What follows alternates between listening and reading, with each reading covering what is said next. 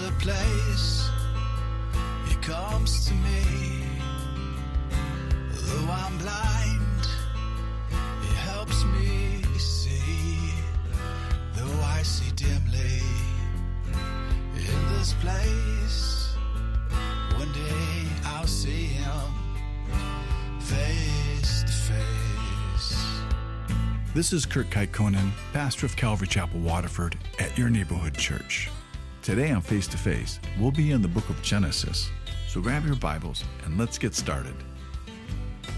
If you want to hear this complete message in its entirety, go to yourneighborhoodchurch.com, where you can download Your Neighborhood Church app at the App Store. And we don't know exactly what happened in this story, but we do know that Ham went into his father's tent and he went in there uninvited. And Ham, when he did go in there, he saw his father, and he saw him in a state that he should have never seen his father in. He saw his father naked. But instead of leaving quietly or leaving quickly, he didn't even cover his father's indiscretions. But what he did do is he took the opportunity and he delighted himself in it. And it doesn't mean that he lusted, but, in a way it looks to me like he may have been trying to take the old man down a couple pegs. And by the language there, it's not exactly clear what Ham did, though it said that Noah knew what he did. But, maybe Ham's thinking, hey, he's not any different than the rest of us. He's not so righteous. And it's maybe kind of like I caught ya. I got ya. And Ham, he mocked his father. And he mocked his father, but he should have covered his father. Noah is not just only the man who gave him life, and that should have been enough to earn his respect. But you have to remember, Noah also saved his life. Ham didn't save himself. And the truth is, Ham's brothers, they should have never known what he saw. But instead of covering his father, he undid his father. And he went laughing to his brothers. It's probably something like, you got to see this. you got to see your dad now. Your dad's passed out and he's naked and he's drunk. And the Hebrew literally says that Ham told with delight. But Shem and Japheth, they didn't find any pleasure in disrespecting their father. And they actually did what Ham should have done. They covered him. But you see, Ham, he has a perverted nature. Because you see, what we're supposed to do when we see somebody in a sin, we're supposed to cover their sins. Love is supposed to cover sins. 1 Peter 4:8, and above all things, have fervent love for one another. Love will cover a multitude of sins. But here, and we've all seen it, there's a nature that we find in some people that they just want to catch them. They just want to have something on them. They just want to mock them. They want to find something to laugh at us for. They want something to hold over us. Something that they can think, well, I'm better than them. I'm higher. And they're lower. They're a little lower than us. But this type of thinking and this kind of heart, this is from the enemy. This is from the devil. And that's why he's called the accuser of the brethren. He's the accuser of the brethren. It doesn't mean that the things he's saying isn't true. They could be true, but he's still the accuser because it is true, but it should have never been told. And these kind of things should never be mentioned about us as God's people. We should never have a heart like that. And these sins of slander and these sins of gossip, well, when we read about them and what they're listed with, they're listed with the sins of greed, and they're also listed with the sins of murder. And we read that in Romans 1:29. It says, being filled with all unrighteousness, wickedness, greed, evil, full of envy, murder, strife, deceit, malice. They are gossips, slanderers, haters of God, insolent, arrogant boasters, inventors of evil, and disobedient to parents. Now, I'm not suggesting that Ham is guilty of all these things, but his sins have this kind of evil root. And now we see in our story that Noah, he eventually wakes up, and he probably noticed that he was covered and knew that he didn't cover himself. And he spoke to his sons, and he found out what Ham did. And so what Noah does is he gives us a prophecy. He speaks out a prophecy of what's going to happen to these three sons of his. And if you read this and you notice, Noah doesn't curse Ham, but he did tell about the destiny of Ham's son, Canaan. And to be clear, people used to say the race of Canaan was the black races. That's not true. They weren't black. They were Middle Eastern. They were the people that actually ended up in the land of Israel. But we do know what happened to the Canaanites. And we know that they were very perverted people, that they were very perverted in their worship, and they were very perverted with their idols and their sexual practices. And we're told that that's why God removed them from that land and gave their land away. It was because of their great wickedness. And archaeologists, they've discovered these idols when they explore the tells in Israel. They know their practices. And these are practices that are so vile, they're not to be spoken of in church or mixed company because they're very, very perverted. And so this prophecy is about these people that are going to be in the land of Canaan. Because remember, who's writing this? This is Moses. Moses is writing the story. And where is he leading these people right now? He's taking them to the land of Canaan. So he's taking them to the land of this people, of this prophecy that the Jews, that the Israelites, the Hebrews at that time, that they're going to dispossess. And a lot of the reason that they had to be dispossessed and had to be removed is because God didn't want his people to learn any of their wicked ways.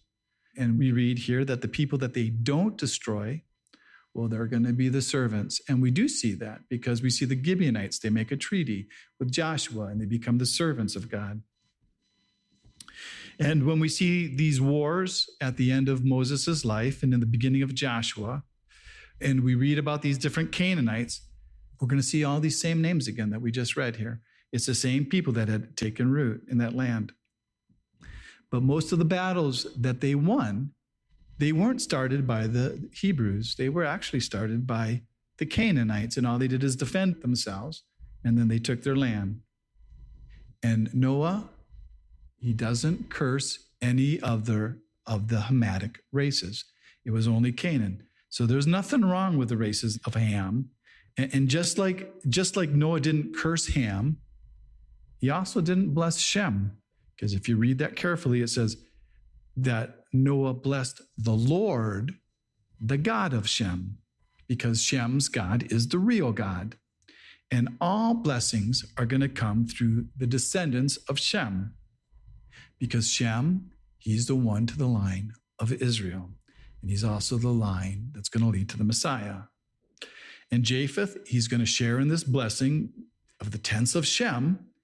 But you see there that Canaan's going to be there over. He's going to be a servant to that God. And that's what we all are. We're all servants to that God. So there's no prejudice with God. He makes no distinction. And so now we see that Noah dies, and he ends up being the third oldest person recorded in the Bible. And he lived for 950 years. And now we got to chapter 10. And chapter 10 is a great chapter. And there's no other record in all of the world written like this record. In any culture, this is called the Table of Nations. And this is where we're giving the record of how the people are repopulated in the world and where these nations came from. And how they come descended from the different line of Noah, from his three sons. And they start with Japheth, the oldest. And the name Japheth, it means to enlarge.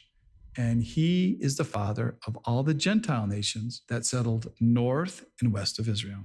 And the Jews would have considered that the outer limits of the whole world. And these people, they would get their spiritual light from Shem. And these would be known as the Indo-European people. And just a real quick rundown of their names, of who they are and who they are in modern cultures. Gomer, those are the Germanic people. Those are the people of Western Europe. That would include the French, the Spanish, the Celts, and all those Western European countries. Magog, Tubal, and Meshech, those are the Russian peoples and the peoples of northern Turkey. Madai, well, that's the Medes, and those are the people that became the people of India and little parts of Iran and little parts of Iraq, but not all of Iran and not all of Iraq. Javan, those were the ancient Greeks. And the Ashkenaz, they're the people that lived north of Judea.